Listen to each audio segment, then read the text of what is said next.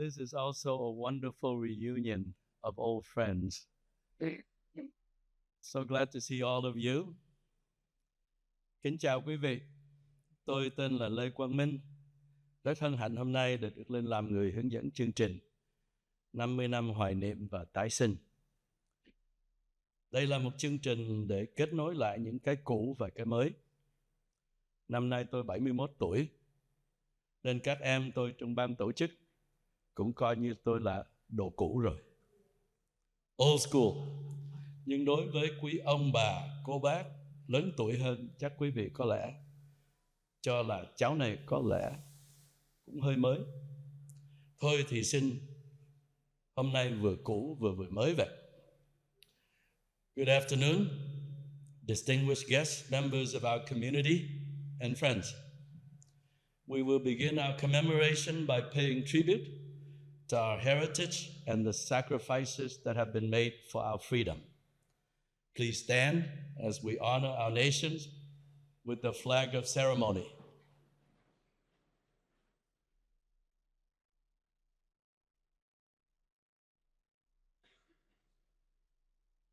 Xin kính mời quý vị cùng đứng lên để bắt đầu nghi lễ chào cờ Việt và Mỹ.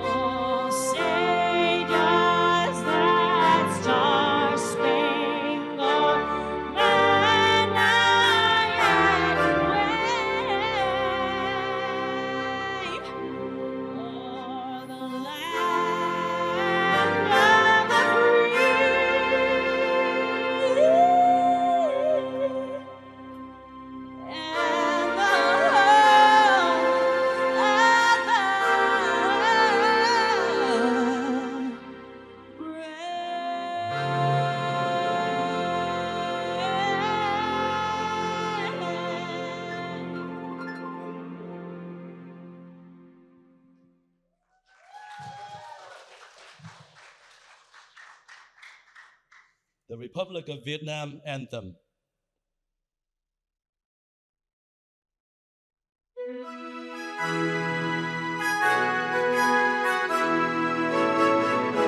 Này công dân ơi, quốc gia đến ngày giải phóng, độc lập cùng đi, hy sinh tiếc gì thân sống, vì tương lai quốc dân cùng sống phá khói tên, làm sao cho núi sông từ nay luôn vững bền, dù cho hình vơi trên gươm dao, thù đưa lấy máu đào đem bao, nòi giống lúc biết phải cần giải nguy, người công dân luôn vững bền tâm trí, hùng tráng quyết chiến đấu, làm cho khắp nơi vang tiếng người nước Nam cho đến muôn đời.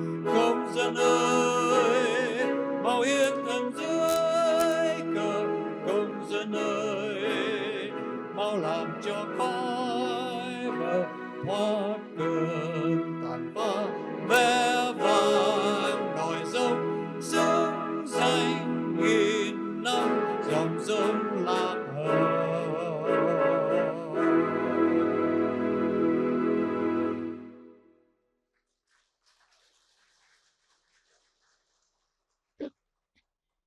And now we will have a moment of remembrance. Sau đây là một phút mặc niệm để tưởng nhớ đến các anh hùng dân tộc đã bỏ mình vì nước, các đồng bào và chiến sĩ đã hy sinh trong cuộc chiến đấu bảo vệ tự do. Bao nhiêu đồng bào của chúng ta đã vùi thân trong các trại tù. Bao nhiêu người đã bỏ thân trên đường đi tìm tự do trên biển cả. Phút mặc niệm bắt đầu.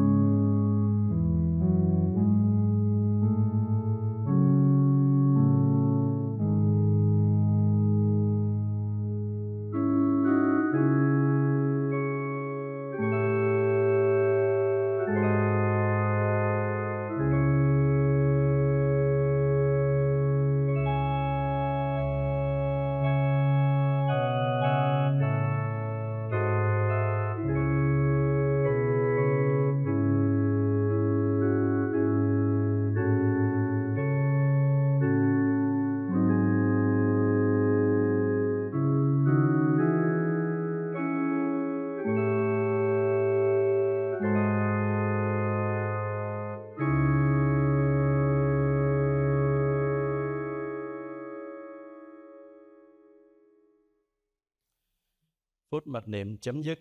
Xin mời quý vị an tọa. Please be seated, ladies and gentlemen.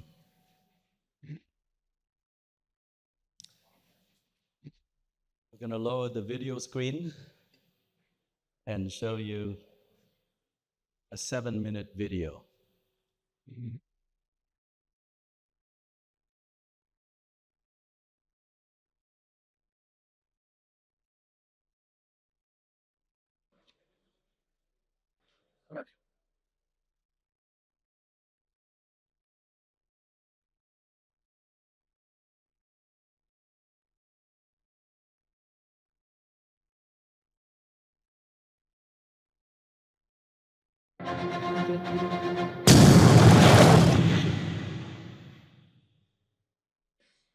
Then on the morning of the 29th of April, North Vietnamese artillery began shelling the airport and their forward commando units attacked the city's outer defenses. Newport Bridge, spanning the Saigon River on Highway 1, was the last the communists had to cross to enter the capital. Saigon thất thủ, quân xâm lược Cộng sản Bắc Việt tiến chiếm thủ đô. Miền Nam Việt Nam bị rơi vào tay chế độ Cộng sản chuyên chế. Người dân miền Nam nào hiểu rõ sự tàn độc của chế độ Cộng sản đã cố gắng vùng thoát bằng mọi cách và bằng mọi giá, trốn chạy ra nước ngoài tìm tự do.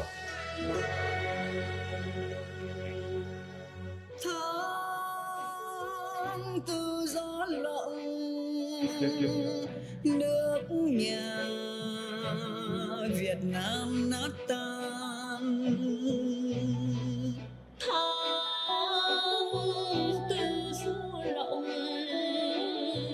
quay cuồng thuyền trôi bốn phương. Sao người dân ta trong quê hương mình vượt đại sự phong nguy cao này, bỏ lại để trái tim của mình. Sao mẹ ôm con khát khô ngồi đây, chỉ thương em phát thương bao ngày, lời cầu xin thiết tha từng giây.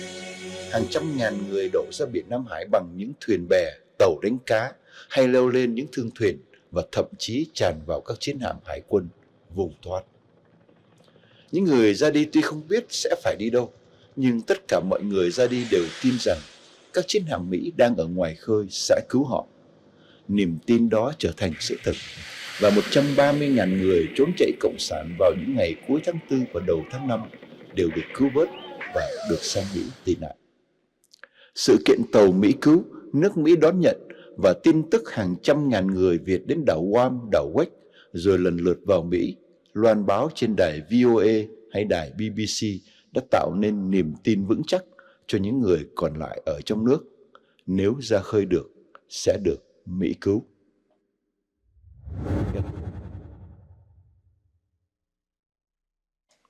Tư tưởng vượt biên tìm tự do có từ rất sớm. Ngay trong tháng 5 đã có những con tàu đánh cá vượt biên đi thẳng sang các nước Đông Nam Á xin tị nạn. Người vượt biên vượt biển nào cũng chấp nhận số mệnh sẽ an bài cho họ. Con ra đi để con sau này sang Mỹ gửi tiền về nuôi má. Và con chấp nhận những chuyến đi năm ăn năm thua. Con ra đi, một là con nuôi cá, hai là má nuôi con. Tức là khi chết thì thân xác sẽ bị cá ăn, còn nếu bị bắt ở tù thì má sẽ đến tù thăm nuôi con. Hàng triệu người vượt biên vượt biển ra sao? Họ cứ lái tàu ra khơi, chạy đại chừng một ngày thì dùng la bàn bẻ tay lái xuống hướng Nam. Lỡ chạy lệch quá bên phải thì vào vịnh Thái Lan đến đất Thái, lệch bên trái thì vào Mã Lai, lỡ tay lái quá đà thì xuống Nam Dương. Đâu có được mấy chiếc tàu định được hướng đi. Tới đâu thì tới, chỗ nào cũng là đất tự do, sợ chi. Đến đất Thái có trại Songkhla, đến Mã Lai có trại Pulau Bidong, đến Nam Dương có trại Ga Lăng, đến Phi Luật Tân có trại Palawan, đến Hồng Kông có trại Chimawan. Mỗi trại chưa đến hàng chục ngàn người. Lúc cao điểm có đến 50.000 người ở cùng một thời gian. Malaysia's principal complaint is there's no sign the exodus is ending, and the resettlement of refugees is lagging far behind arrivals. In the past 6 months, 8,000 people have been resettled in the U.S. or in other countries from this camp, but in the same period, 24,000 have arrived here. Từ năm 1975 đến năm 1997, Cao ủy tị nạn ghi nhận có 839.228 thuyền nhân Việt Nam, trong đó 749.929 người được đi định cư tại nhiều quốc gia tự do và 109.000 người phải hồi hương. Người Việt tị nạn đã được hơn 20 quốc gia đón nhận, trong đó có nước Pháp, Anh, Đức, Na Uy, Thụy Điển, Bỉ, Đan Mạch, Phần Lan, Hòa Lan hay Áo Quốc.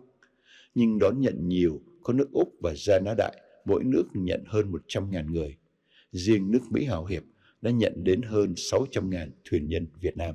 I'm honored to have played a role in calling the United States Navy into action to rescue Vietnamese boat people from the South Pacific Ocean in 1979, and then ordered that we receive an average of 14,000 immigrants per month from the previous war zone. We also encouraged other national leaders to follow our lead. And although I cannot be with you tonight, I stand in spirit along with you, other prominent members of the Vietnamese American community and dignitaries, to thank the Immigrant Resettlement Cultural Center and Mr. Vu Van Lock for the dedication and work that has led to hope and better futures for thousands of Vietnamese refugees over the past 32 years. Congratulations on the lives you have built for yourselves in our great nation, and may good fortune follow you for generations to come. Thank you very much. If tomorrow all things were gone, I've worked for all my life, and I had to start again with just my children and my wife.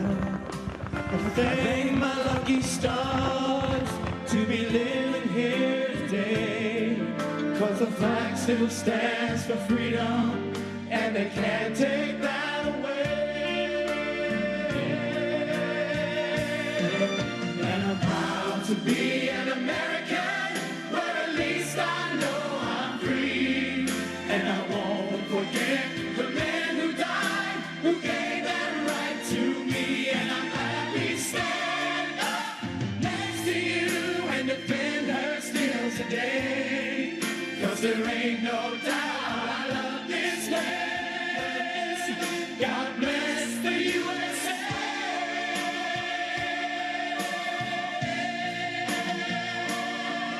And I'm proud to be an American, where at least I know I'm free. And I won't forget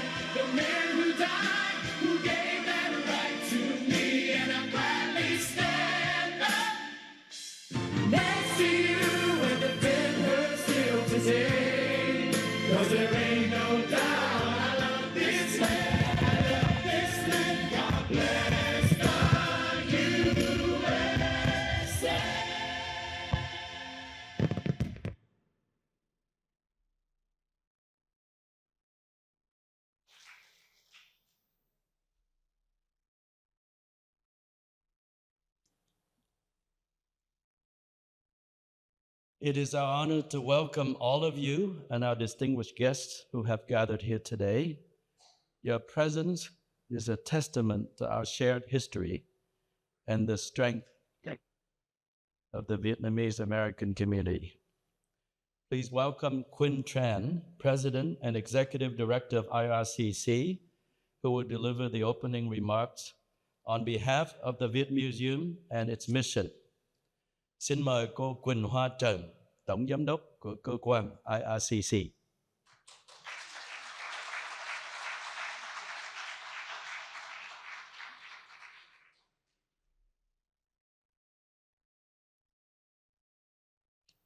I'm truly honored and deeply moved that I stand in front of all of you here this morning. And as the successor of Bác Lộc,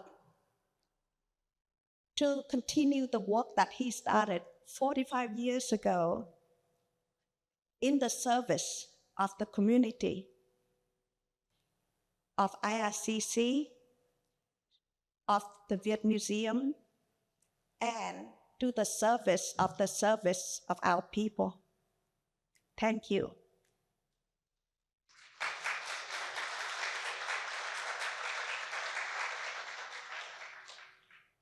I'm honored to introduce to you Dr. Nguyen, Kelly Nguyen, born in Vietnam, raised in California. Professor Nguyen has been teaching at UC Berkeley, Stanford University, and UCLA. Her specialty is the classics, ancient history, race and ethnicity, with a particular focus on refugee stories and narratives through the ancient times and in contemporary time.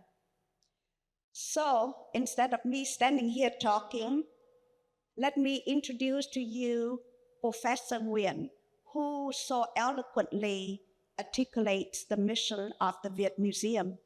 So please take a listen.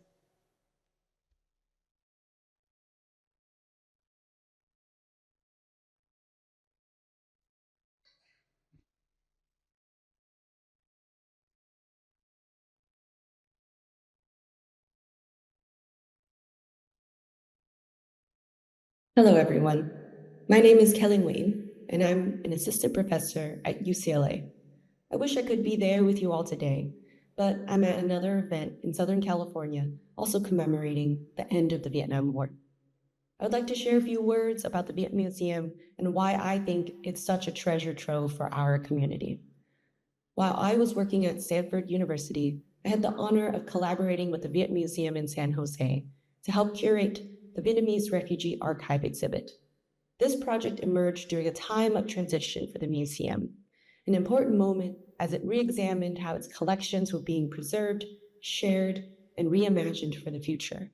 Together with members of the Vietnamese refugee community here in San Jose, we built the museum's website and its first curated digital exhibit, featuring digitized artifacts, works of art, and oral histories.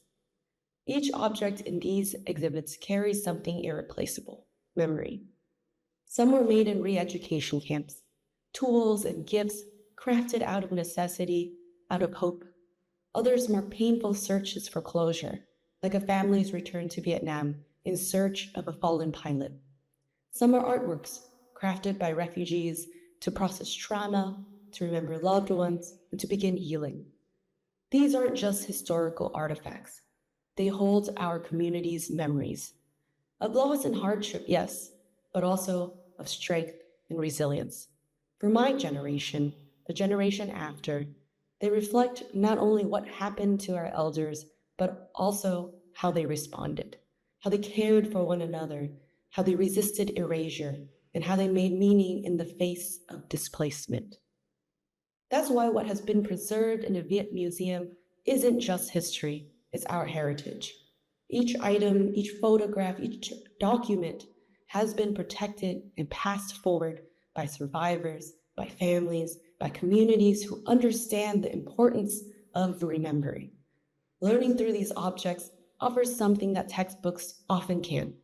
They invite us to feel the textures of lived experience, to connect across generations, not through abstract timelines, but through the everyday items people held in their hands, made with care, and chose to preserve.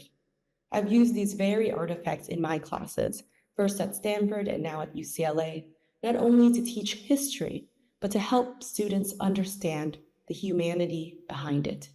The students don't just study the past. They listen to it, they hold it, they begin to see themselves in it. These objects return agency to the people whose stories are too often flattened or forgotten. They offer dignity in the details, reminding us that we are more than victims of war or statistics of displacement. We are caretakers of memory, storytellers, and makers of history in our own right. To engage with these artifacts is to reclaim our narratives on our own terms. But we aren't just preserving the past, we're also shaping the future. Museums like the Viet Museum are ensuring that the next generation grows up not only knowing where they come from, but feeling proud of it. That's the power of this museum. That's the power of memory, held with care, and passed on with purpose.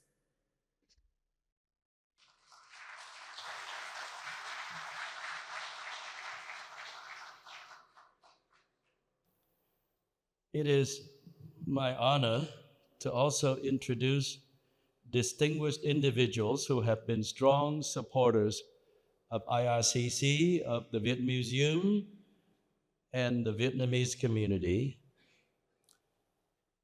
First, all the way from Washington, D.C., please welcome Congresswoman Zoe Lofgren of California's 18th Congressional District, who's been a fierce advocate for the Vietnamese Americans and the Viet Museum at the federal level. Thank you so much, Zoe, for being here.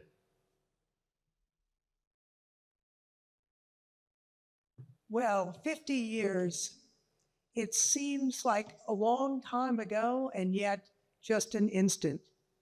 I remember I was working for my predecessor, Congressman Don Edwards, and I was actually on the phone to the embassy in Saigon when the phone went dead.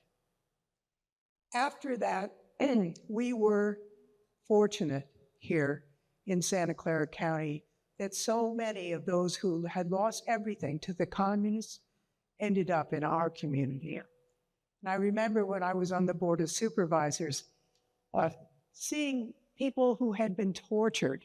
I remember the Vietnamese Air Force veterans who had been tortured in a re-education camp and who came here, and we needed to help them heal from the terrible abuse that they had received. And at the same time, we had members of the Vietnamese refugee community forming associations to help each other.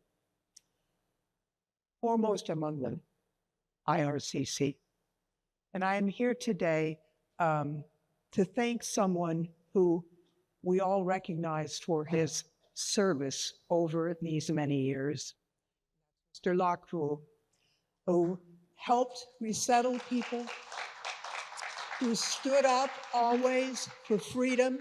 And I'm going to go down there so he doesn't have to stand up, but who also was the inspiration for the Viet Museum.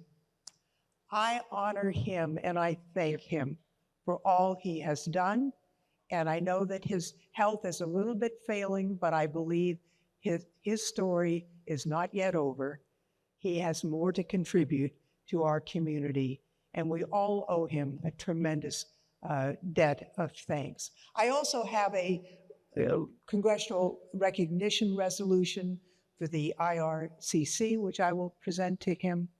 And I would like to say how honored I am to represent all of you as we continue our quest for human rights in Vietnam. God bless you all.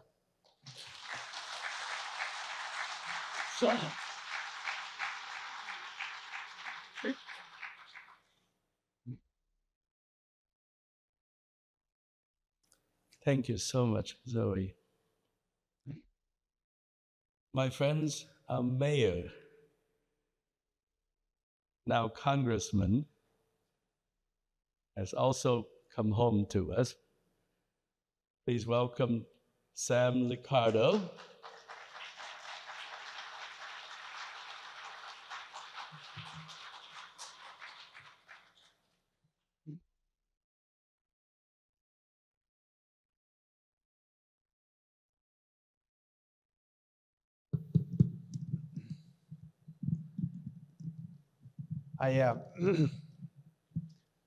Chi chào quý vị. Tôi là Sam Liccardo. I don't want to take away from the moment here as my colleague, Congresswoman Lofgren, honors a great American, Luke Fu. I say a great American because, Sir Luke, you have reminded all of us in America and the founding of the IRCC and the thousands of families that you have helped through that incredible organization, and in capturing, embracing, and holding up the history of refugees in our community to the world. You've reminded all of us of what it is to be American.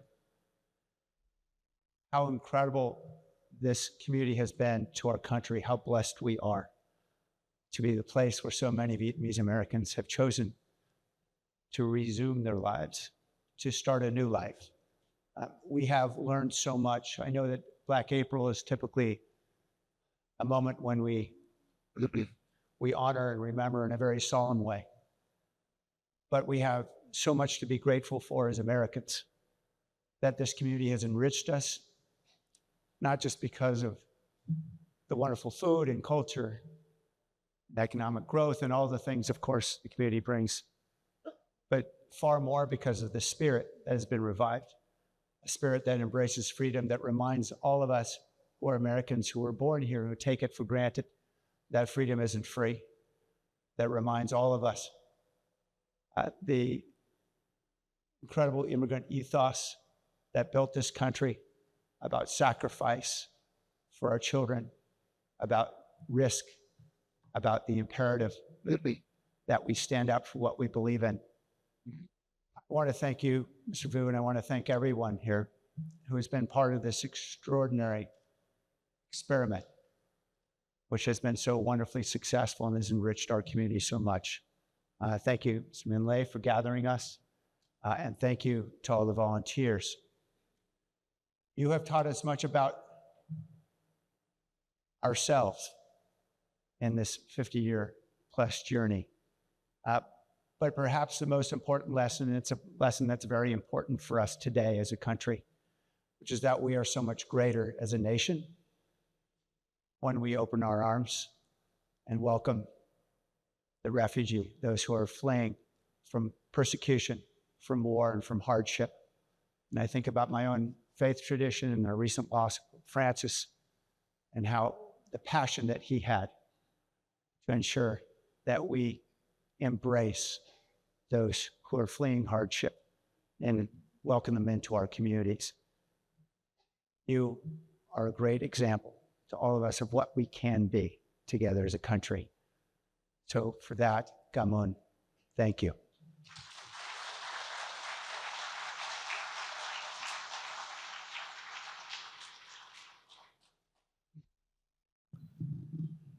Thank you so much, Sam. It means so much that you're here to be with us today.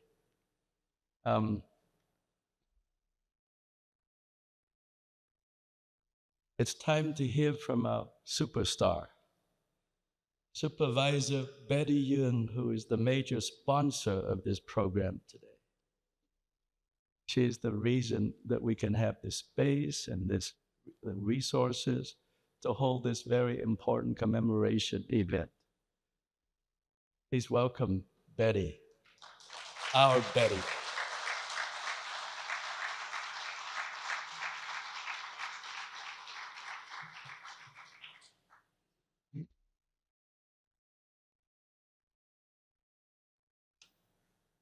Thank you, Edmund, for those kind words. I'm here because of you because of Bắc Lộc, because of the community. Xin kính chào quý cô, chú, bác và anh chị. Betty rất xúc động và vinh dự khi được bảo trợ địa điểm tổ chức buổi tưởng niệm tháng 4 đêm hôm nay. Đây không chỉ là một dịp để tưởng niệm lịch sử, đây là một hành trình đầy xúc cảm, là câu chuyện của bao gia đình Việt Nam, những câu chuyện về chia ly, về hy sinh, về hành trình vượt biển, với đôi tay trắng nhưng với trái tim đầy ắp niềm hy vọng.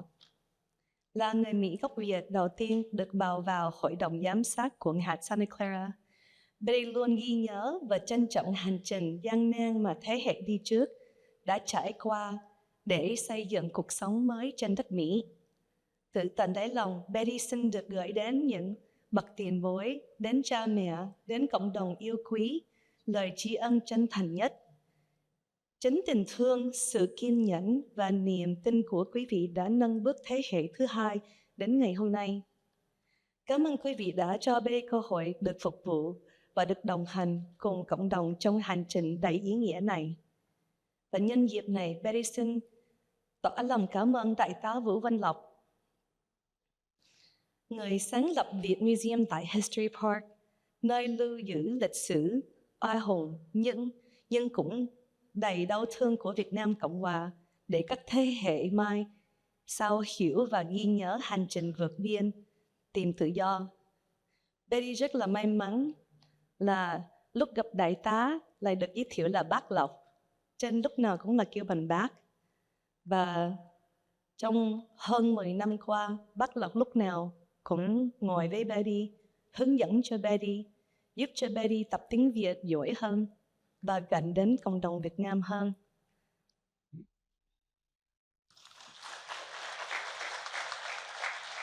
Con cảm ơn bác. Good afternoon, everyone. My name is Betty Young, and I have the great honor and privilege of representing District 2 on the Santa Clara County Board of Supervisors. It means a lot to be able to sponsor and support today's event and support the engagement of the Vietnamese refugee community. It means a lot to be your first Vietnamese American representative on the board. That is not an accomplishment that I claim to be my own. It is the result of an incredible immigrant refugee community rebuilding their lives here and building a path for the second, third, and subsequent generations to find their way home and to find their way upwards, always with Vietnam in their heart. Thank you for your sacrifices. Thank you for rebuilding with eternal optimism. Thank you for doing all this for children that may not have been born yet when you left Vietnam, for grandchildren you have yet to meet, and for subsequent many generations in the future who grow up strong because of what you did. In search of freedom, in search of democracy, in search of a new homeland where your children and subsequent generations can grow up strong. I'm a direct beneficiary of your support and your fight. I will never forget that. In this spirit of remembrance and gratitude, it is my honor today to recognize a pillar of our community, Bác Lộc. I call him Uncle because that's how he introduced himself to me. When I met Bác Lộc, I didn't know he was the Vũ Văn Lộc. I didn't. But he taught me how to speak Vietnamese better. He shared lessons of Vietnamese history with me. He shared wisdom of building community. Bác Lộc, you were the one who told me when I was having some trouble to go directly to those who had issue with you. Sit down with them over a cup of tea and come to an understanding. You told me not to be afraid of anyone or anything, and that no matter how loud I spoke, it'll never be too loud because I carried the voice, your voice of community with me. And when I told my dad that I knew Bác Lộc, he didn't believe me. My father's a huge fan of yours, and he's very grateful to your leadership. I had to show him photos of us for him to believe me. He was certain that I had mixed up Bác Lộc with the Vũ Văn Lộc. Thank you for your leadership with the Immigrant Resettlement and Cultural Center, a center that directly served my family. my relatives, and my neighbors, our neighbors. Thank you for assisting more than 20,000 immigrant and refugees over 6 decades, providing critical support services and a path forward.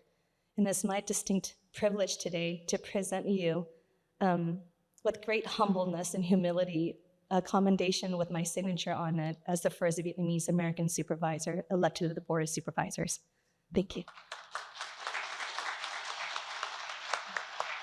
And I would be remiss if I didn't mention and also express my gratitude.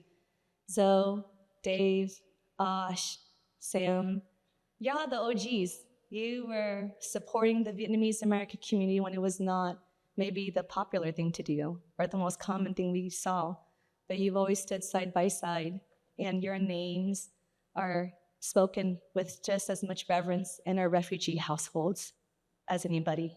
Thank you.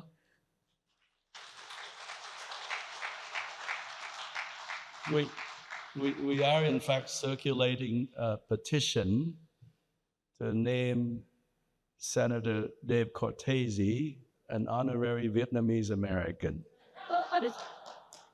But it's so great to see you and Mrs. Cortese here today, Senator. I also would like to take a moment to recognize Council members Ash Clara, Council member Bien Doan, Council member David Cohen. Thank you for being here. I know you have stuff to present to us, but my boss has just informed me that we got to move on. The show has got to move on. But I do want to take a moment. Primo McHugh is here. And I just want, for the moment, I would just like all of you dignitaries to just please stand and wave to the audience. We want to recognize you for being here today. Thank you very much. We State Assembly, but Ash Clara, yeah. And especially State Assemblyman Ash Clara, who's here from the state of California. Thank you. Thank you. Mrs. Alette Lunderberg is also here. So I want to recognize all of you who've been a major part of the support for the community, the support for IRCC, support for Viet Museum over the years. Mike Honda called me personally. He said he wished he could be here, but he's in another state. And he sent a very nice message to my dad, he said. But anyway, thank you. We must move on. Ladies and gentlemen, I would like to present to you the board of directors and the advisors of the board for IRCC and the Viet Museum. And at this time, I would also like board members to assist, if you can, to bring Backlop on stage, not for a speech, but to just wave at everyone. Will you do that? Bring the wheelchair over, Phi. Lương, please come and help him. But board members, please come onto the stage.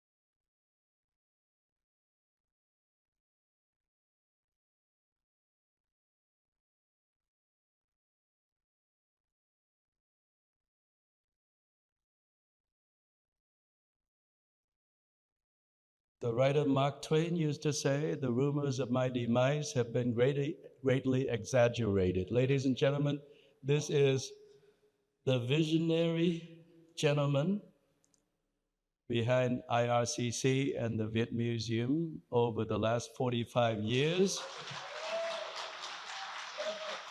And the members of his new board of directors. We have Quynh Tran, we have Như Hạnh, Tôn Nữ, we have Frank Nguyen, and Phi Hà, ladies and gentlemen.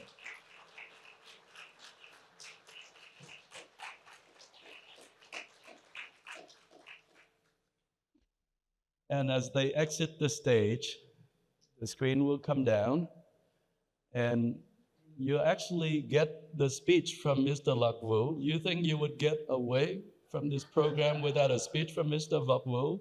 You will actually get a speech from him. Hello, ladies and gentlemen. Everybody mentioned about my name because today is very, very important to my life. Now I temporarily live in nursing home in Cupertino. My leg is killing me, but I hope my mind is still very good. Thank you very much. Today is also the day I have to say thank you, America. Thank you, America people. 50 years ago, 100,000 and 500 people get out of Vietnam because the American welcome us. And then President Carter take care of the boat people. And then President Reagan take care of the HO. Now we have 2,500,000 people in United States. We are all okay. We are all the good people. And thank you very much.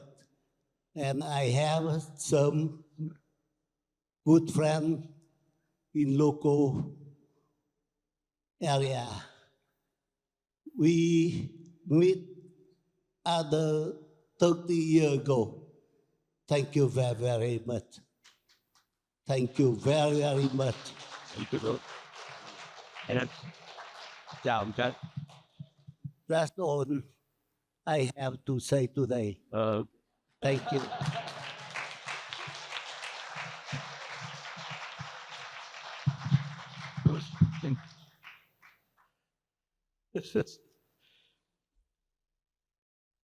So the video screen will come down for a moment, and you will actually hear him talk a little more about his Viet Museum and the precious artifacts that he's gathered over the last 30-some years.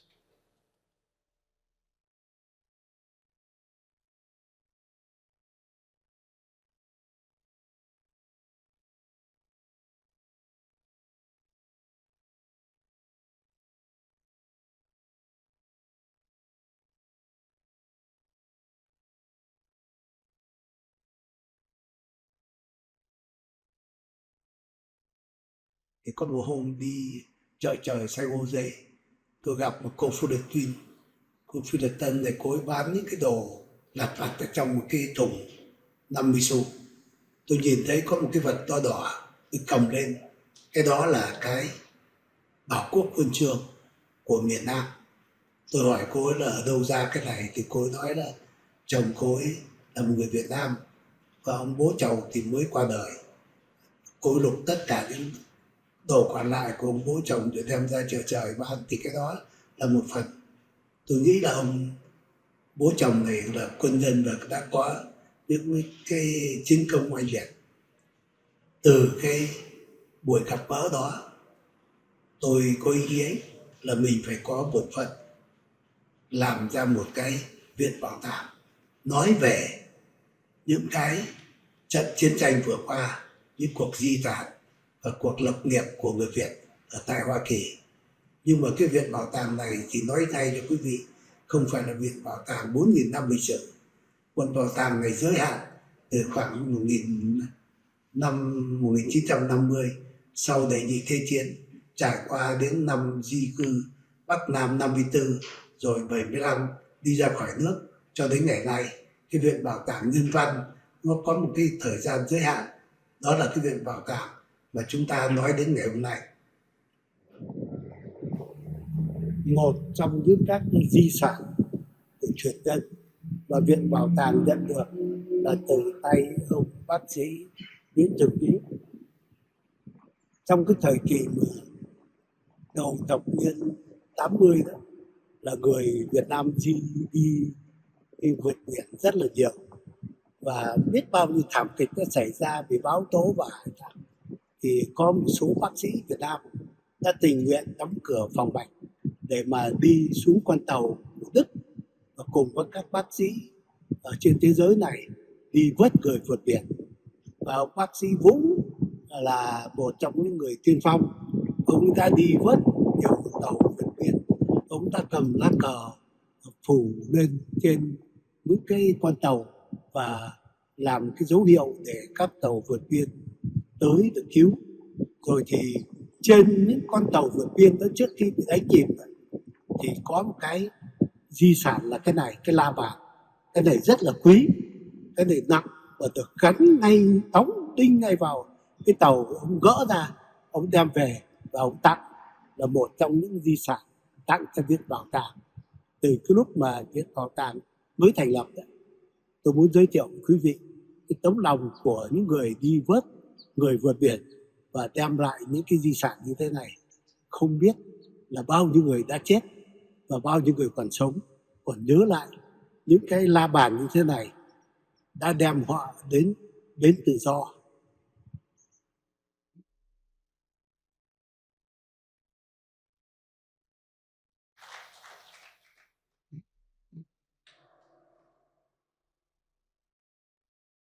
So we have videos, we have words, we must also have music. Anh Văn Quân, my favorite singer in town, is going to perform Đêm Nhớ Về Saigon. Remembrances of our beloved Saigon. Sau đây chúng ta cùng bước vào chương trình nghệ thuật tưởng niệm 50 ngày mất nước, một chương trình đầy những cảm xúc, những suy tư và niềm hy vọng. Đêm nhớ về Sài Gòn là một lời gọi tha thiết, vọng về thành phố yêu dấu, một thời đã xa, nhưng chưa bao giờ phai mờ trong ký ức. Xin mời anh Ngọc Quật.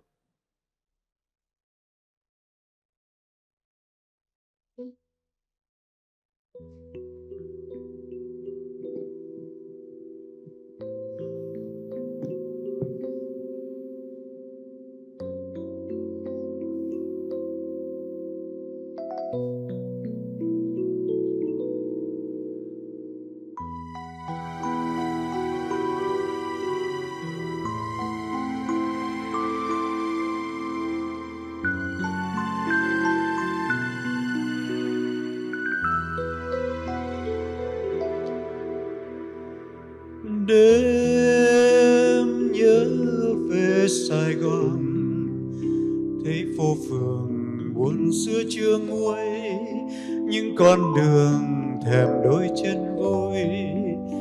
Đã bao lâu chờ đợi, đường im nghe quá khứ trong sâu.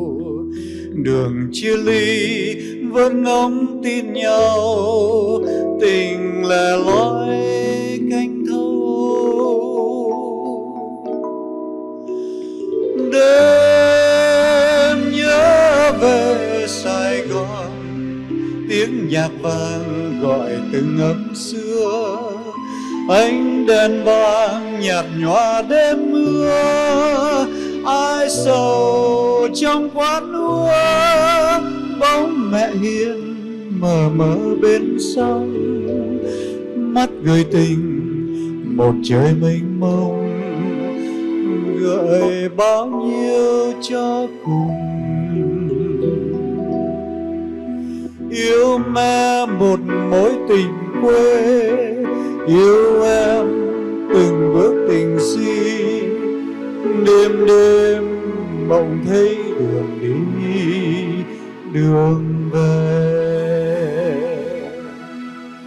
Ta như cầu bé mồ côi, cô vui cuộc sống nhỏ nhói, cô quên ngày tháng lẻ loi để lớn,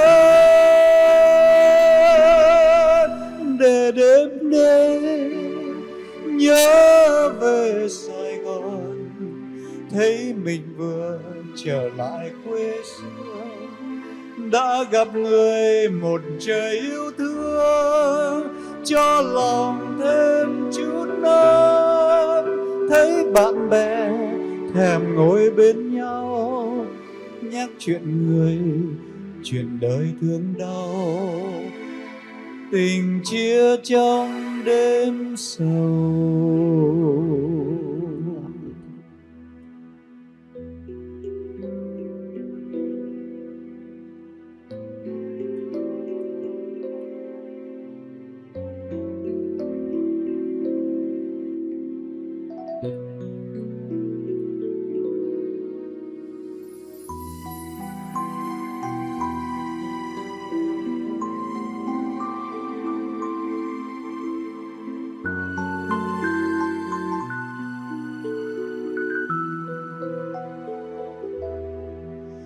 Yêu em một khối tình quê, yêu em từng bước tình si, đêm đêm mộng thấy đường đi đường về. Ta như cậu bé mồ côi, cô vui cuộc sống nhỏ nhói, cô quên ngày tháng lẻ loi để nhớ, để đêm đêm nhớ về Sài Gòn, thấy mình vừa trở lại quê xưa, đã gặp người một trời yêu thương, cho lòng thêm chút ấm, thấy bạn bè thèm ngồi bên nhau, nhắc chuyện người, chuyện đời thương đau, tình chia trong đêm sầu, tình chia trong đêm sầu.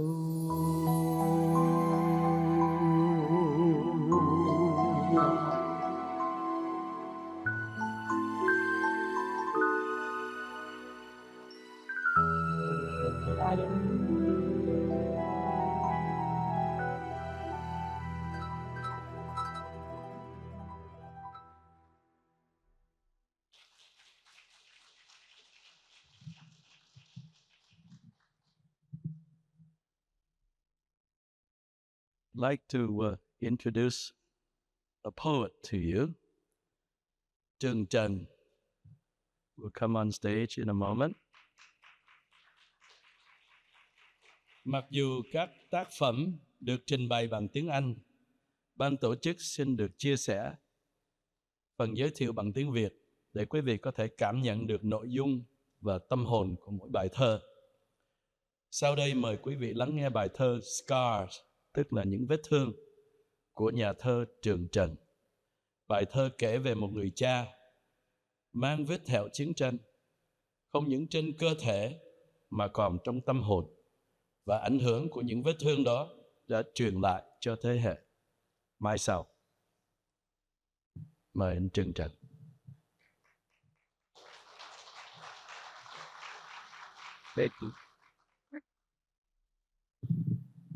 Hello, everyone. Thank you for having me here. I grew up in San Jose, so it's an honor for me to be back. I'm a writer. I'm not a public figure. I'm not a politician. But I did want to acknowledge Congressman Lofgren when you said that the fight for humanity continues, and I wanted to, as a human being, I wanted to extend that hope today, and hope that we as a community can fight for that humanity for our neighbors, perhaps even people in our own families, and what it means to be living in these times. So That is my hope. Today I'm going to read some poems that are for my mom, my dad, and my community, and the memory that we all carry as Vietnamese Americans, perhaps. The first is the Hedding. Known for her cooking, the consistent perfection of spring rolls evenly fried, her secret to brush it with a hint of applesauce, to add some color, give some flavor. She is the mother of 5, a wife, a widow. It is easy to forget her strength in its subtlety. She keeps it hidden, the smell of apple juice that reminds me of my family, the 18 days we spent on a tanker. The sticky metal floor streaked with the vomit of crying children, a pearl a day she removed from a string, milky white marbles on an army-issued blanket. She'd make a makeshift playground that kept what was ours. I would have to be good. No crying, no complaining. It was mine to keep, it was mine to lose. Being thirsty, that I remember, drinking juice from a can, tomato, apple, a concoction of both. My mother traded her red jade bracelet for a jar of water, the kind you drank if you had money to buy, if you spoke Korean, the kind that was plain without the taste of salt. She said, từ từ, drink it slowly. I was given a third of this precious water. The rest she saved, hid in a suitcase. And this poem is Scars for my father. My father's body is a map, a record of his journey. He carries a bullet lodged in his left thigh. There's a hollow where it entered, a protruding bump where it sleeps. The doctors say it will never awaken. It is the one souvenir he insists on keeping. Mother has her own opinions. Bố của con điên. Your father is crazy. As a child, I wanted a scar just like my father's, bold and appalling. A mushroom explosion that said I too was at war. Instead, I settled for a grain of rice, a scar so small. Look closely there, here between the eyes, a bit to the right, there on the bridge of my nose. My father says I was too young to remember. It happened while I was sleeping.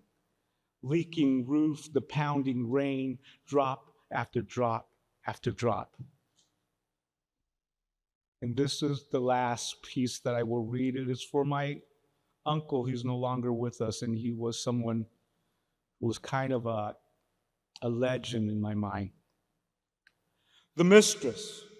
With wages earned on the assembly line, he stopped drinking cognac. It's worth drinking only in the company of soldiers. Buys Burgundy by the gallon, cigarettes by the carton. Facing the wall in his living room, in a chair, he sits telling stories in the evening smoke. The silhouette of a woman dancing from tobacco tucked between fingers, lips. If I could just smoke while sleeping. If only she could. Of the stories, the gun he held to a general's head, the general who cried hung my promotion. I was supposed to be colonel. The American officer who ate at his table the American officer who ate at his table, he described the meat, how tender it was simmering in a clay pot. I told him names are for people. A dog is a dog. While on leave, as if one could just leave, he had his nephews stand guard with plastic rifles, tinfoil helmets. They could have been officers if only they would listen. Of the stories, the one he liked best was about a woman, not just any woman, my bride-to-be, full of anger and spit and love. She cleaved her finger, the engagement ring intact, in a fit of jealousy. She returned it in a box with a note that read, I return this ring for you have been taken. She discovered my secret, my mistress, the war. Thank you.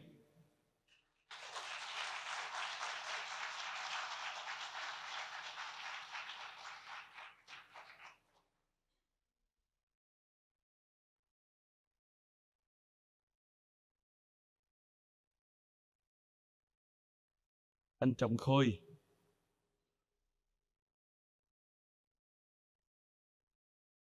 This is Thuyền Viễn Xứ, a musical composition that reflects the spirit of the overseas Vietnamese people by a very talented saxophonist, anh Trọng Khôi. My name is Wei Yuan. Thank you for all of you coming here today.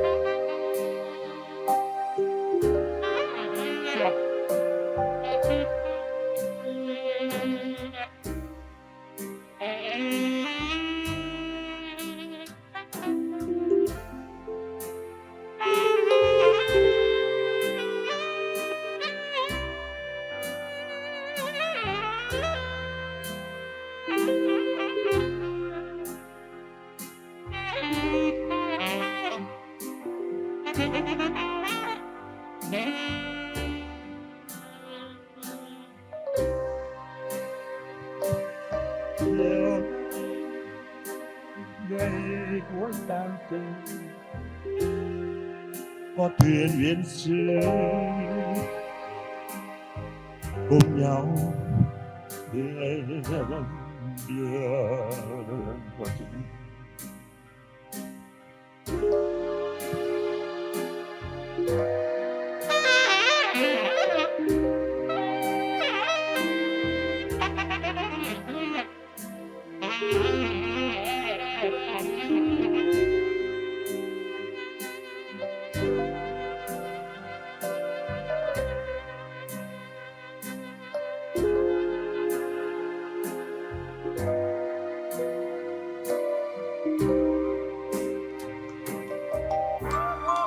Thank you.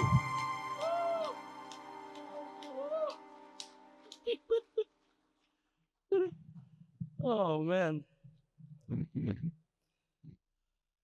Gotta take a breath. Andrew Lam has been one of my favorite writers for such a long time. I used to read every piece that he wrote. And now he's back. Andrew, please come up.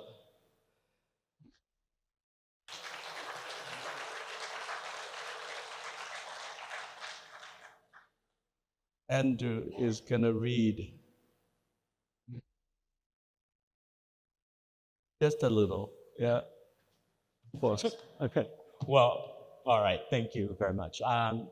It's an honor to be here, and I usually read from my books, but today I'm going to share why I write, and in a way, why we should all write and send our story toward the future.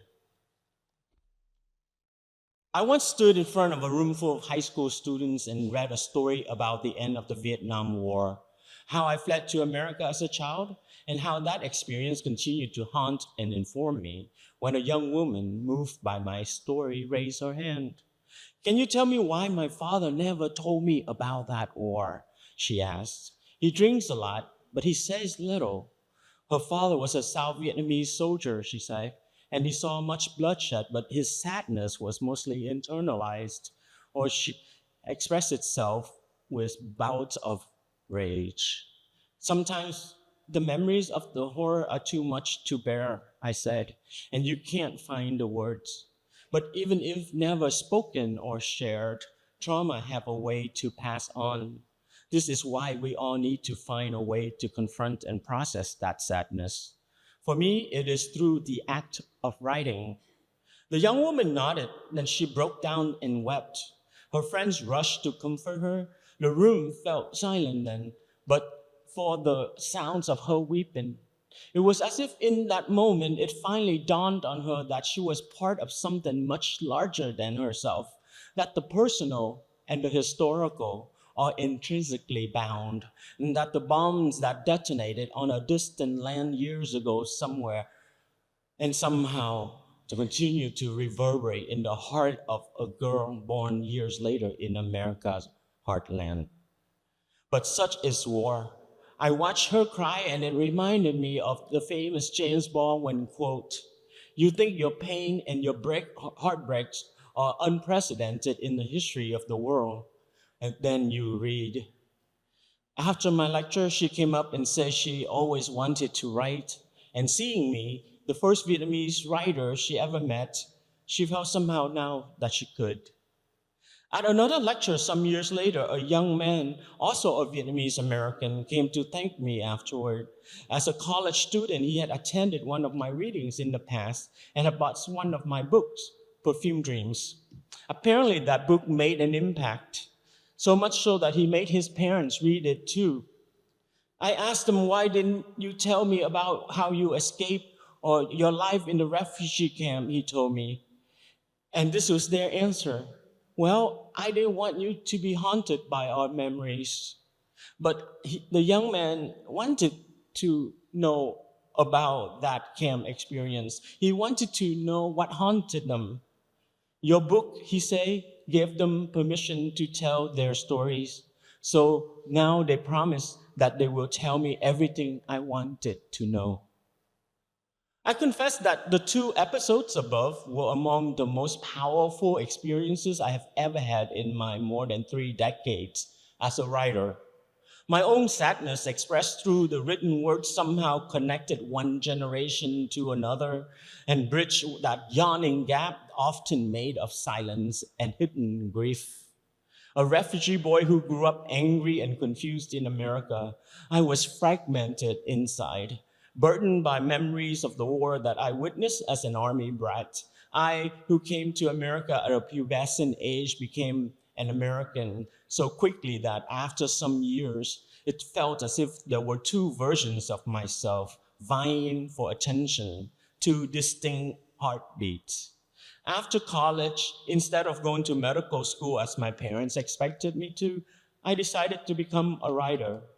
I did it against my parents' wishes and out of desperation.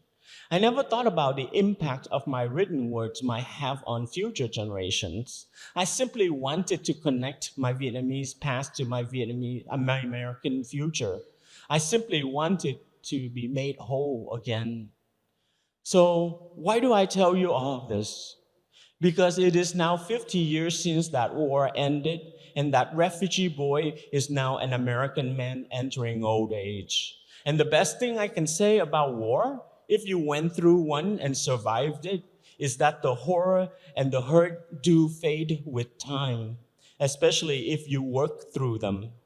But by the same token, for those of us who were profoundly touched by war, it never ever truly ends, no matter how much we write about it. After hundreds of essays and articles and 4 books, after participating in a couple of documentaries, I still wake up in tears on some early dawn, fresh from the vivid memories of a long lost world. 50 years and still some part of me remains that 11-year-old standing alone in a refugee camp in Guam, listening to the BBC announcing the fall of Saigon, still mourning a lost country, a robbed childhood. The old ghosts, I tell you, they hover nearby, not fully exorcised, not fully appeased by the written words. And how they haunted. My father fought that war from its beginning to end, and through an amazing display of willpower, got an MBA and became a banking executive in America. He brought us out of poverty. By all accounts, we were living the American dream, but our nightly ritual at dinner time always veered back to talks of Vietnam. Over wine or whiskey, he would relive the battles he fought and won, or else we talk about the people we knew and the lives taken from us.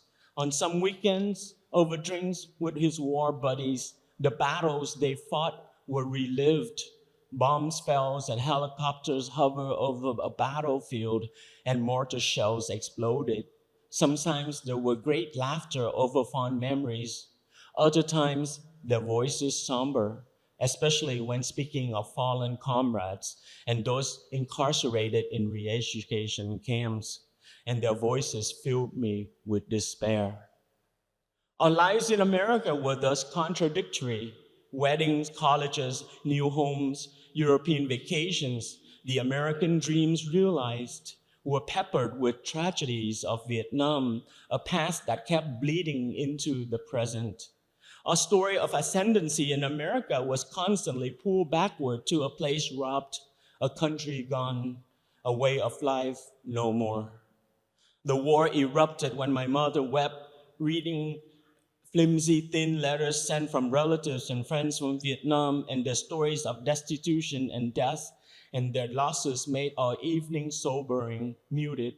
And even if we didn't want to have anything to do with Vietnam, it kept showing up on TV and newspapers in those early years. In the evening news with Walter Cronkite, we saw blurry images of boat people bopping up and down on their rickety boats, waving flags to passing ships, begging to be saved. Eventually, I came to accept my American optimism will always be burdened by memories of a lost country. The war ended. The war never ends. So I write. I tell stories to rein in the chaos. I write because history, as Baldwin warned, is trapped in people, and people are trapped in it. But I write knowing that for every Baldwin's warning, there's always an M. Scott Marmaday's wise counsel. Anything is bearable as long as you can make a story out of it. These days, I still strive toward words though my powers wane and my will weaken. But I write with the knowledge gained from the years that there's transformative powers in a well-told story. When I started out all those years ago, I only wanted to give shape to pain. But over the years, I find that there's the unexpected gifts of literature. It connects and it transforms the lives of others in ways beyond my imaginations. If trauma can be inherited, then let the written word, the well-told tale, be the salve, the elixir to heal wounds, the bridge that spans the generations, the vector toward peace. Thank you.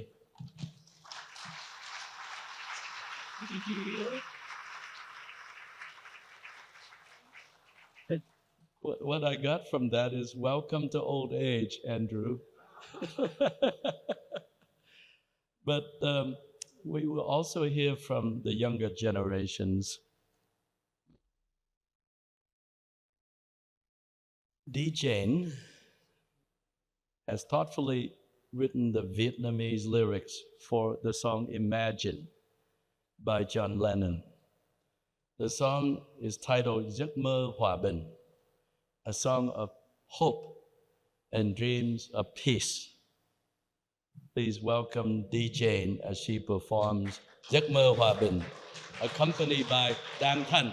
Thank you. Thank you.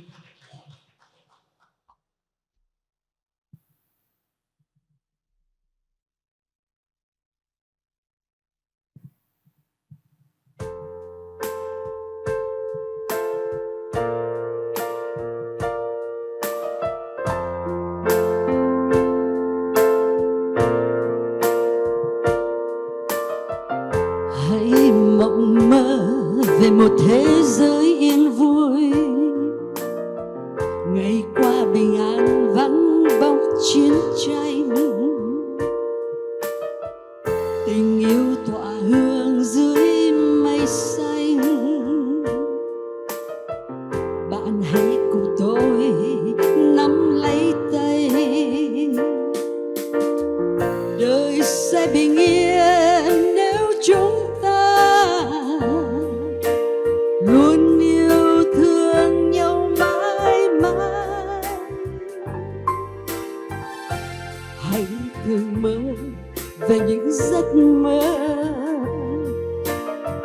một khung trời xanh đùa với trẻ thơ, quỳnh thơm nở hoa dưới ánh trăng. Bạn hãy cùng tôi nắm lấy tay, đời sẽ bình yên nếu chúng ta luôn yêu thương và không oán ghét. Vì chiến tranh là nước mắt,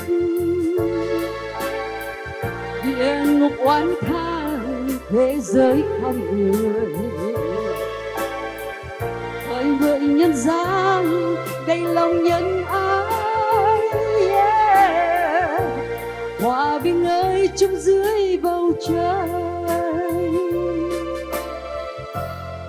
Tôi thường mơ về những giấc mơ nơi ngày xưa diều bay dưới mây xanh, có tiếng cười vui khúc khích trẻ thơ, và những khương vui tiếng hát mãi thôi. Đời sẽ bình yên nếu chúng ta luôn yêu thương và không oán ghét. Vì chiến tranh là nước mắt, địa ngục oán than thế giới không người. Cầu nguyện nhân gian ngừng tiếng súng, hòa bình ơi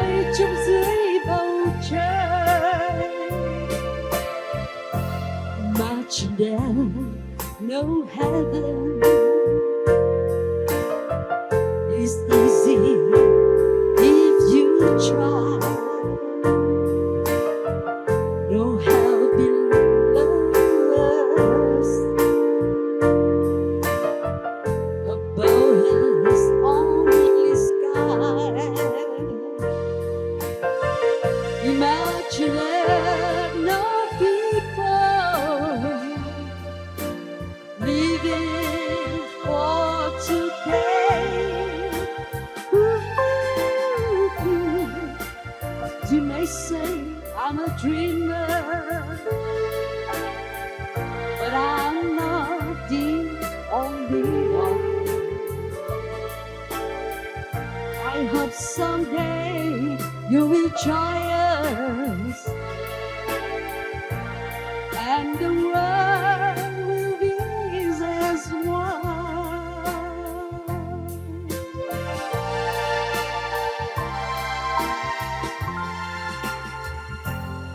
Thank you so much. Thank you.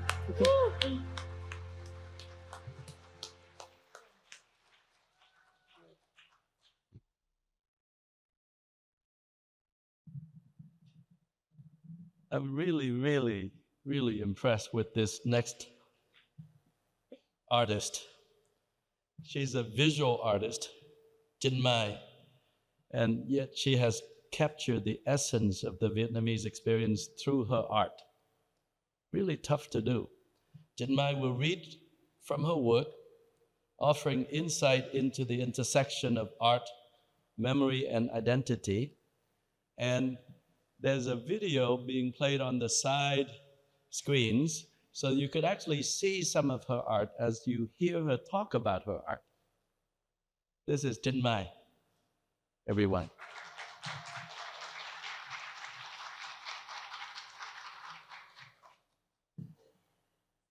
How it look, yeah.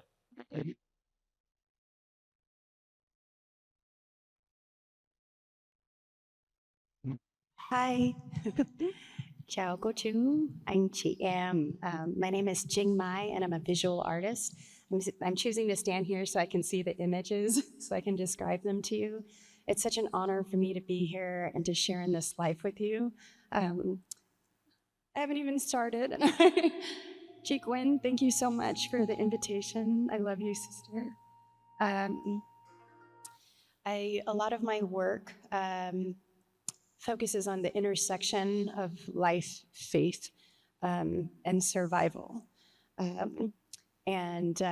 Story has been the driving force in my work, and I hold the label as artist, but really I feel like I'm a steward of the story. I was the first in my family to be born in America. Went to San Jose State, where I met my husband, where I found my voice as an artist and as a woman.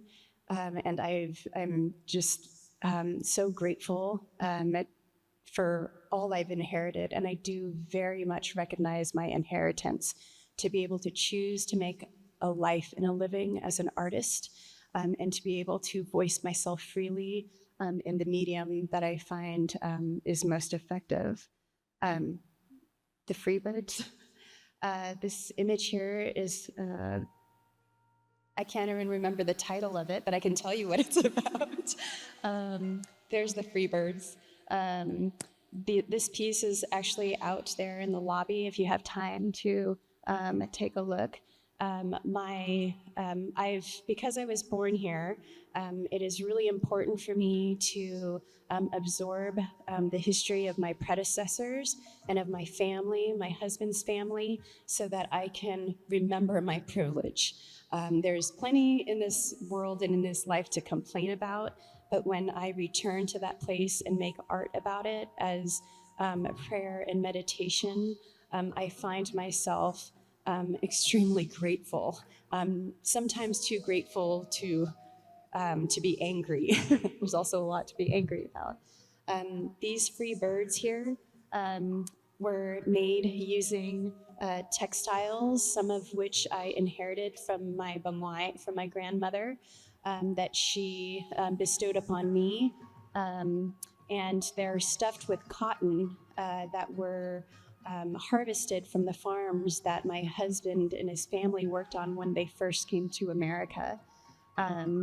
Some of the blue bird there you see with the writing on it, I used my grandfather's travel journal that we still have.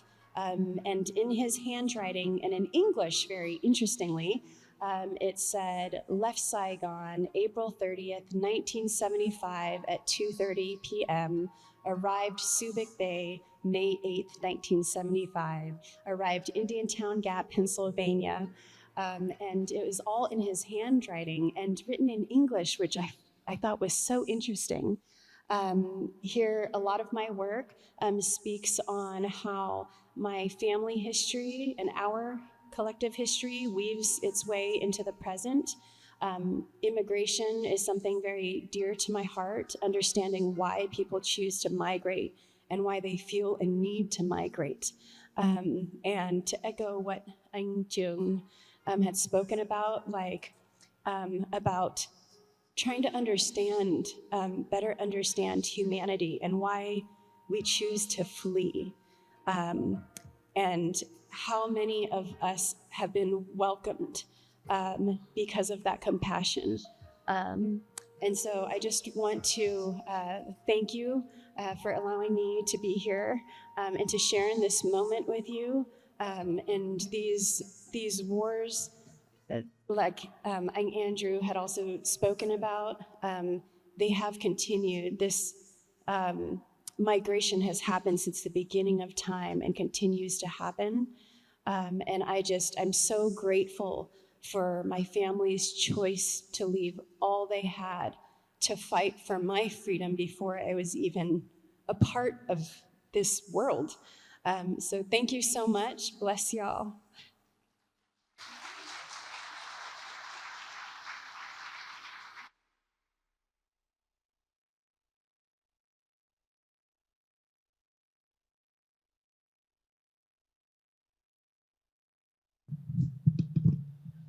Beautiful art that can make you cry. And what I got from that is to be so grateful that you don't have time to be angry.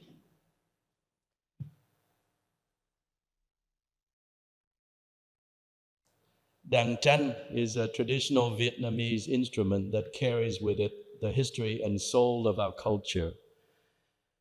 And you are now hear from a young lady who will perform a medley of Vietnamese folk songs on đàn tranh from the north, from the central, and from South Vietnam.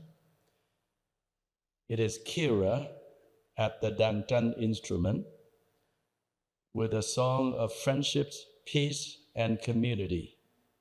Please welcome Clara.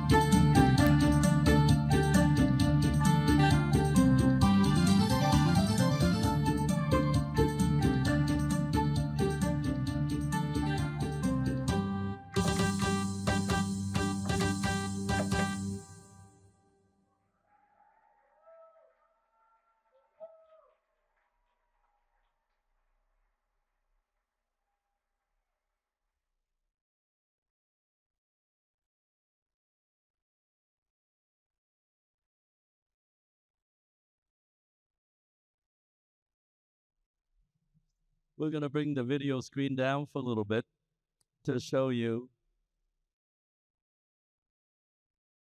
the Vietnamese American National Youth Poet Laureate of the United States, Alexandra Huỳnh.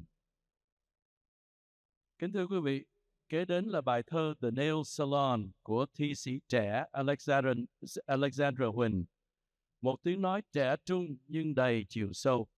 Bài thơ đưa ra hình ảnh những người mẹ Việt Nam làm việc trong tiệm nail ngày qua ngày, hy sinh thầm lặng, mãi mòn đôi tay để xây dựng tương lai cho con cái trên đất nước Mỹ. Our National Youth Poet Laureate Alexandra Huỳnh is a student at Stanford, and here's her poem, The Nail Shop.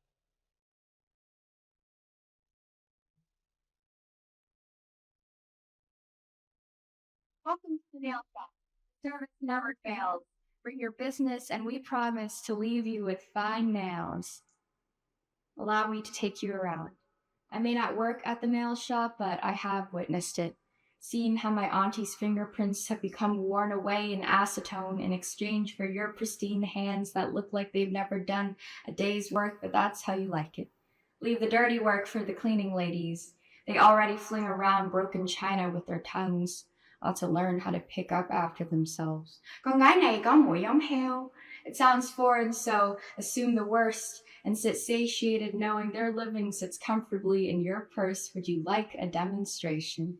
Here they are. Take your pick of nail color and woman, all named Julie, Jennifer, and Jessica, just for your convenience. Watch as they handle white hands like they tend to God himself, construct temples out of rhinestone, powdered stardust, and whatever else is selected from that colossal shelf that spans across entire walls of the salon and says, here, for you. Pick color, I make happen. Pick color, I make beautiful. It still amazes me how they manage to maintain such brilliant enthusiasm even in fractional English. Even as the greeting bells, incessant whine, and the heat of bodies fill the room, and the soaked cotton balls and waste bins taint everything with lacquered fumes, and the patrons get more vicious as the day bleeds into afternoon, and the head begins to hammer and hurt amidst the hurricane of noise with their inflatable feet and soggy hands as warning signs of natural disaster. But the only statement they manage to issue is, cash please. Thank you. Come again. I once asked my mother why so many Vietnamese women became nail technicians. She told me, it's because we are a hardworking people, a detailed people who know how to make things beautiful. And I wanted to tell her, yes, but we are also a soft-spoken people. A shipwrecked people who learned how to take shelter and weather the storm even after the sun had come out. I can never forget this instinct, plastered firmly onto my soul and sealed in by the kind of glue that holds entire generations together. My hands, too, will become calloused, veins branching along my skin like the waterways of my mother country. I, too, will learn to build temples, but only to my own God.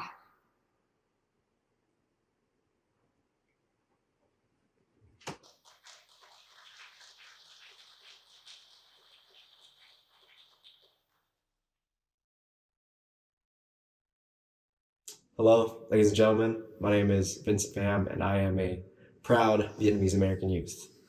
Today is April 30th, 2025, 50 years since the fall of Saigon on April 30th, 1975.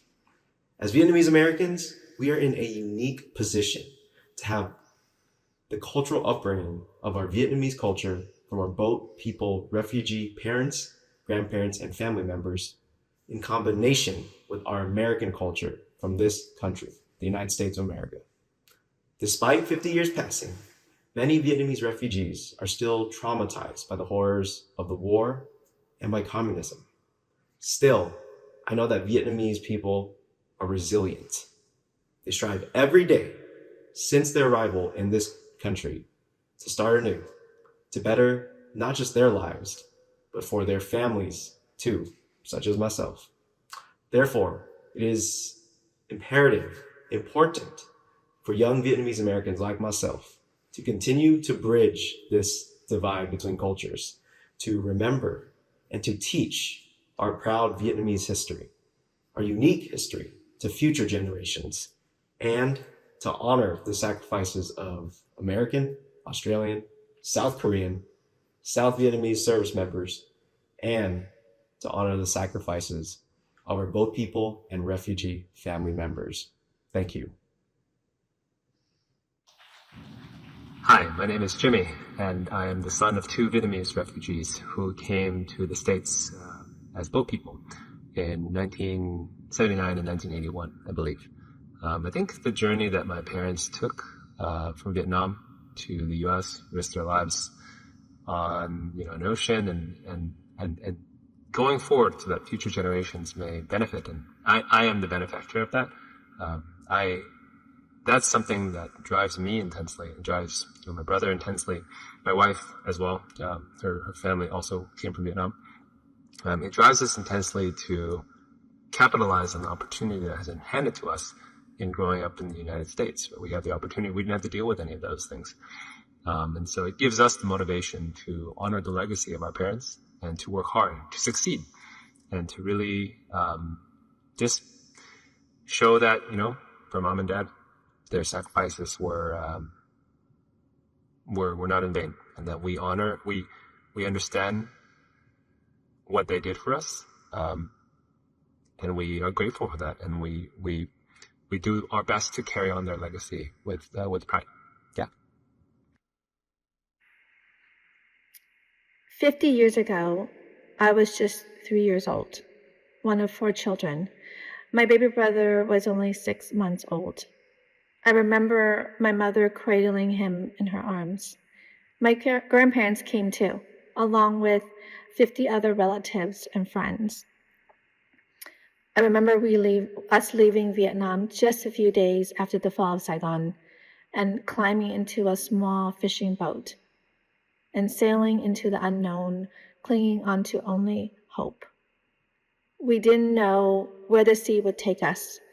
We risked everything, leaving behind a homeland in pain, hearts heavy with loss, but we were also lifted by a vision of freedom and a hope for new beginnings. I remember those early years in the U.S. were not so easy. We carried the trauma of war, the struggle of resettlement, and the burden of beginning again. And yet, through those hardships came the opportunity to grow, to adapt, and eventually to thrive. As a Vietnamese American woman, I often reflect on the weight of that journey, the way it has shaped me, the way it has called me to live with intention, to choose gratitude, to honor my past by nurturing a life of meaning. Remembering who I am and where I come from keeps me grounded. It reconnects me with my parents' strength, my ancestors' resilience, and the courage of every refugee and family and friends that were left behind. This journey wasn't just mine, it's ours.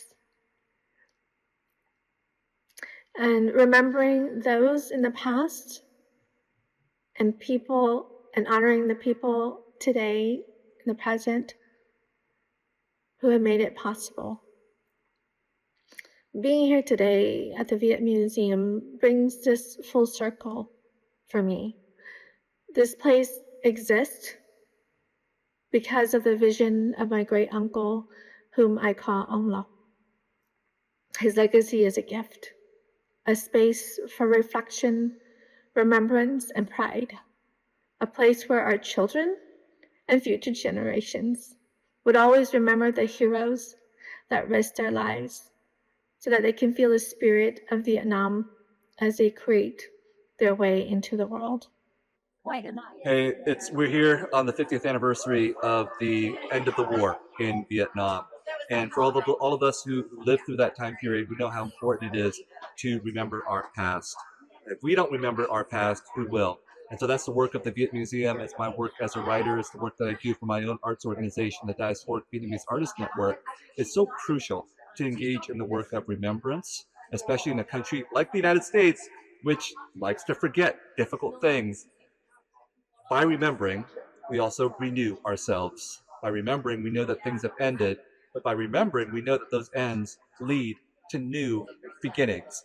And that's part of what it means to be a Vietnamese American in the United States. We're here because of complicated, oftentimes tragic histories that we need to recall in all of their complexity, and that's a very demanding thing to do.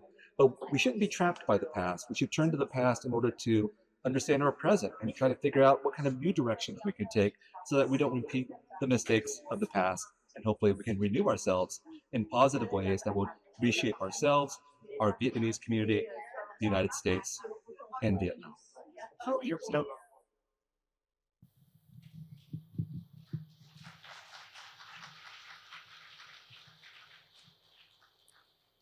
Kính thưa quý vị, mỗi tiết mục, mỗi lời thơ, mỗi âm thanh hôm nay là một sự kết nối giữa hai thế hệ, giữa hai bờ đại dương, giữa mất mát và hy vọng. Xin quý vị cùng chúng tôi lắng đọng để tưởng niệm, để biết ơn và để tiếp tục bước đi trên hành trình của mình với những trái tim không quên nguồn gốc. Nhưng mà bây giờ là một điệu vũ vô cùng ngoạn mục, tràn đầy tình yêu quê hương. We are here for pure joy at this moment. Kính thưa quý vị, một dòng Việt Nam và đoàn vũ Việt Steps.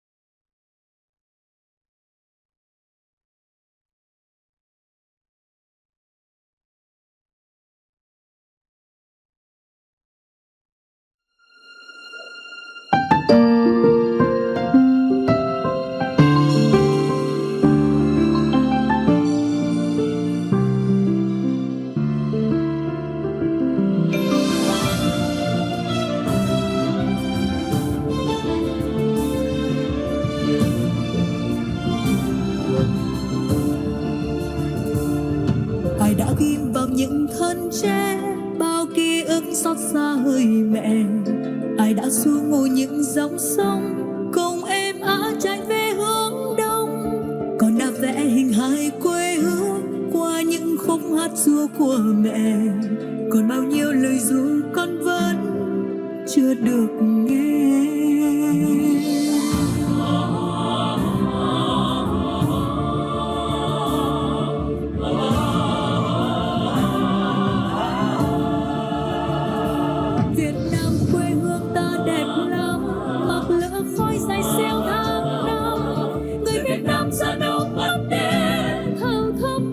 Như cánh xe Việt Nam ơi quê hương ta ơi, biển lúa chín vàng thơm ngát trời, vọng tiếng ai hò vì nhớ con đò ơi. Dậy với tôi nào, dạo với tôi nào, dạo khắp một vòng Việt Nam, nhìn non sông trời vang đất vang. Cùng với tôi nào, dạo với tôi nào, dạo khắp một vòng Việt Nam. Come with me, we'll travel around Vietnam.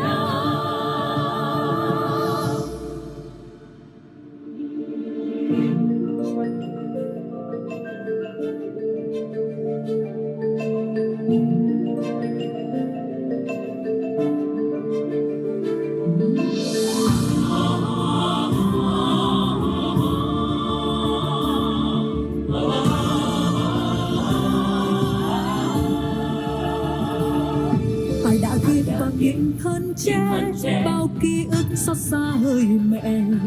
Ai đã xuống ngồi những dòng sông cùng em ở trái về hướng đông, còn đã vẽ hình hài quê hương qua những khúc hát ru của mẹ. Còn bao nhiêu lời ru con vẫn chưa được nghe.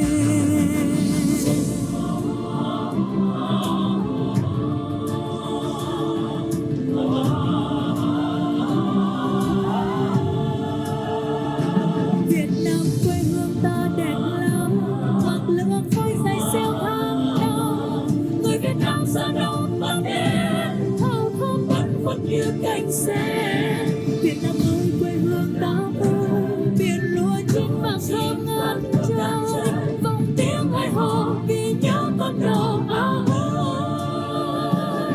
Dậy với tôi nào, sao với tôi nào, sao khắp một vòng Việt Nam. Nhìn đón sông trời vẫn đang vang.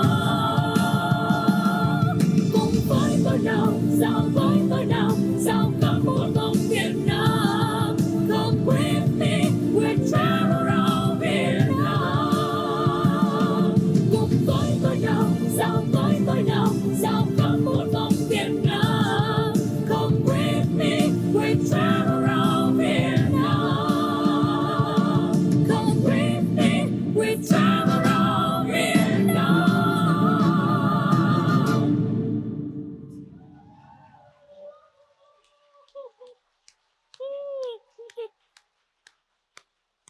Thank you, các cháu. You guys are so great. Beautiful. Wow.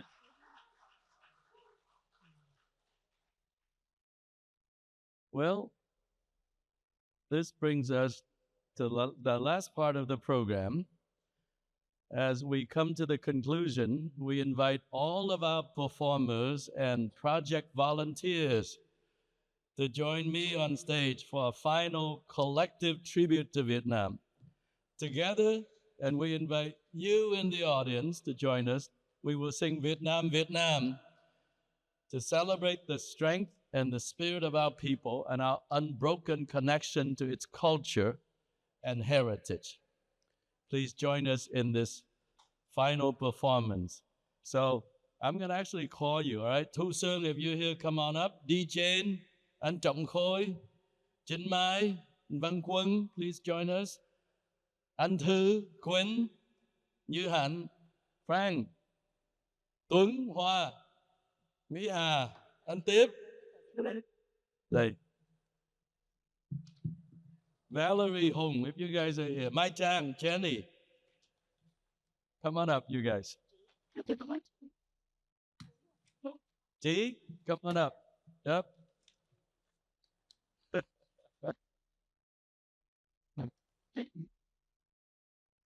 I just want to show up. I'm the village elder in this group. And these are all the younger people that have propped me up and pushed me along. So, yes, Tyrone, Tuấn, Thủy, come on up, you guys.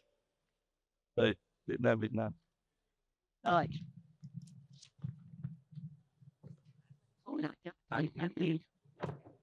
Well, she's a good. Very good.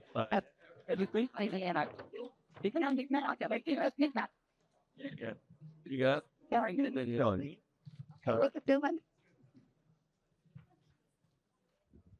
Welcome. All right. Yeah, let's go. Yeah. All right, line up a little bit for pictures. Okay. All right. You all set? Let's go. And done.